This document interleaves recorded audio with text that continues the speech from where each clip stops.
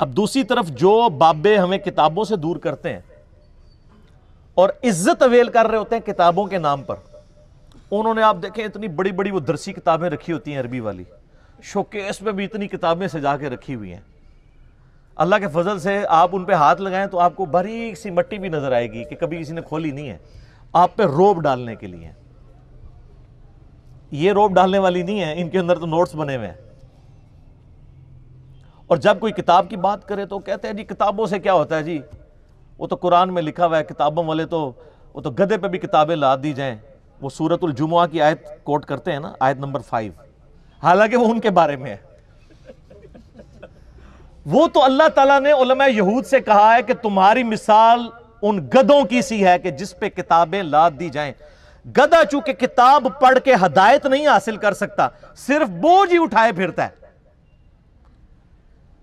صرف شوکیس میں سجا کے ہی رکھتا ہے.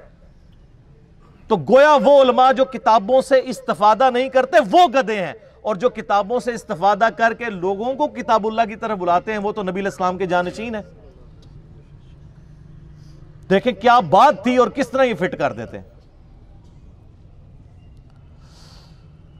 اسی کانٹیکسٹ میں وہ آیت بڑی اہم ہے، سورۃ النساء کی آیت نمبر 59، یا ایھا الذین آمنوا اطیعوا اللہ واطیعوا الرسول واولی الامر منکم.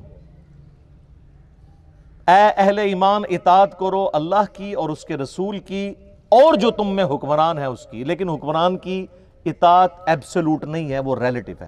فَإِن تَنَازَعْتُمْ فِي شَيْءٍ فَرُدُّوهُ إِلَى اللَّهِ وَالرَّسُولِ.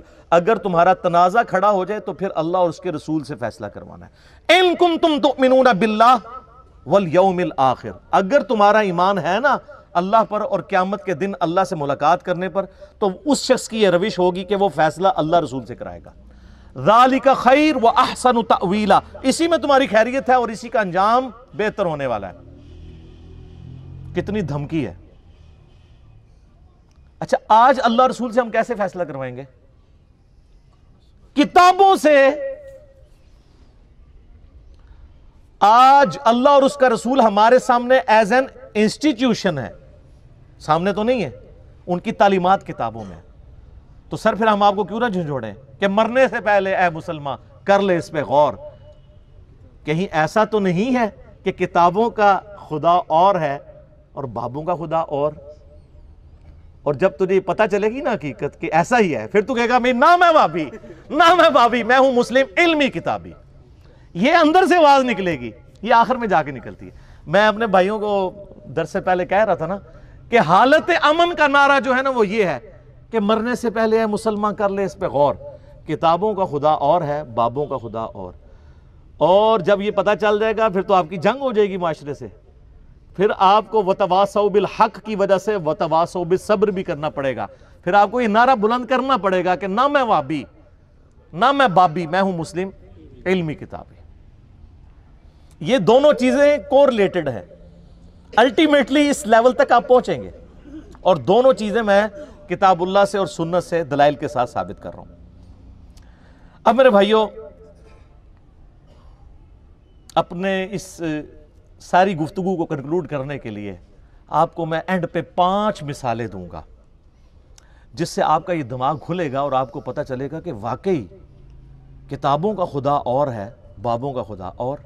ویسے تو مجھے اللہ کے فضل سے، مجھے کیا آپ جتنے یہاں پہ آڈینس بیٹھی ہے 300-400، آپ میں سے ایک کو اللہ مثال بھی یاد ہوگی، اتنی ویڈیوز ہیں.